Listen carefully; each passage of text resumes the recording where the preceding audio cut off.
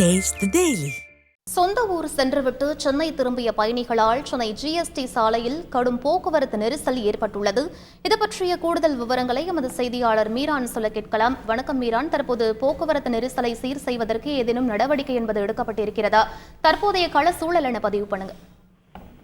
வணக்கம். கடந்த வெள்ளிக்கிழமை மக்களவைத் தேர்தல் நடைபெற்றதை ஒட்டி சென்னையில் வசிக்கின்ற வெளியூர்களை சேர்ந்தவர்கள், கல்லூரி மாணவர்கள் என லட்சக்கணக்கானவர்கள் சென்னையிலிருந்து புறப்பட்டு சென்றார்கள்.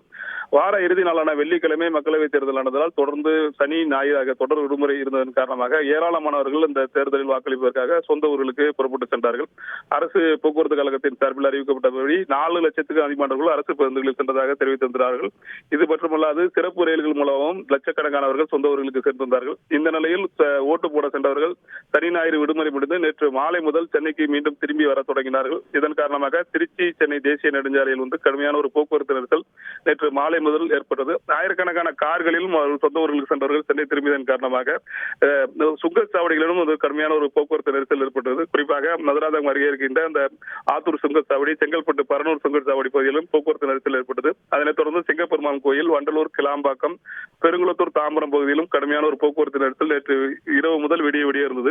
இன்று அதிகாலை அதிக அளவு அரசு சிறப்பு பேருந்துகள் சென்னை நோக்கி வர தொடங்கின. வழக்கமாக தமிழக அரசு போக்குவரத்து கழகம் சார்பில் சென்னைக்கு 2092 பேருந்துகள் இயக்கப்படுவது வழக்கம். ஓட்டு போட சென்றவர்கள் மீண்டும் சென்னை திருப்பி வர வேண்டும் என்பதற்காக அவர்களின் வசதிக்காக 1825 கூடுதல் சிறப்பு பேருந்துகள் இயக்கப்பட்டதன் காரணமாக அதிக அளவு அரசு பேருந்துகள் சென்னைக்கு ஜிஎஸ்டி சாலை வழியாக வந்தது. இதன் காரணமாக கிளாம்பாக்கம், தாம்பரம், பெருங்குளத்தூர் பகுதியில் ஒரு கடும் போக்குவரத்து நெரிசல் ஏற்பட்டது. ஏராளமான பயணிகள் இன்று அதிகாலை முதல் சென்னைக்கு வர தொடங்கினார்கள். இந்த பயணிகளின் வசதிக்காக கிளாம்பாக்கத்திலிருந்து 250 மாநகர பேருந்துகள் சென்னையின் பல்வேறு பகுதிகளுக்கு மாநகர போக்குவரத்து கழகம் சார்பில் இயக்கப்பட்டது. தாம்பரம் பேருந்து நிலையத்தை பொறுத்த வரைக்கும் அதிக அளவு பயணிகள் ஒரே நேரத்தில் அந்த பகுதியில் குவிந்ததால் கடுமையான ஒரு கூட்ட நெரிசல் காணப்பட்டது. தாம்பரம் பேருந்து நிலையத்தில் இருக்கின்ற எஸ்கலேட்டர் இதுபோது அதிக அளவு பயணிகள் வரும்போது இயங்காததால் வயதானவர்கள் அதில் ஏறி சென்று ரயில் நிலையத்துக்கு செல்ல முடியாமல் கடும் அவதிப்பட்டார்கள். கடுமையான ஒரு கூட்ட நெரிசலுக்கிடையே மாநகர பேருந்துகளில் பயணிகள் சொந்த ஊர்களுக்கு சென்றவர்கள் மீண்டும் சென்னைக்கு அவர்கள் வசிக்கும் இடத்திற்கு செல்லும் காட்சிகள் தான் நமக்கு பார்க்க முடிந்தது.